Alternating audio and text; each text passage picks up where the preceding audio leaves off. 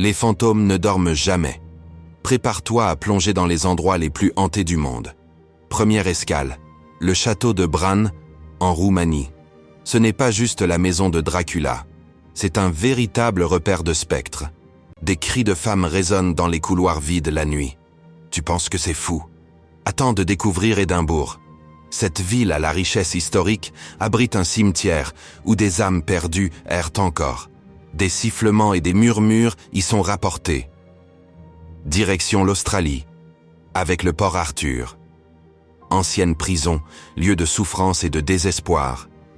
Les visiteurs racontent des phénomènes inexpliqués, des ombres qui se déplacent. Des témoins ont même affirmé avoir vu des silhouettes d'anciens détenus marcher dans les ruines.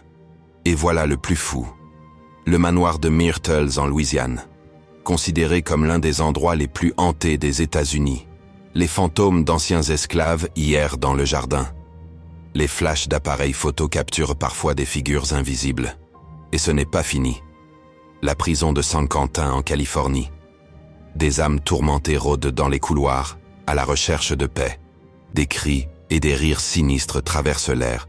Nul ne sait si ce sont des échos d'un passé tragique ou des esprits en quête de justice.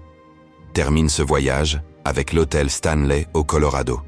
Stephen King a trouvé l'inspiration ici pour The Shining, et pour cause.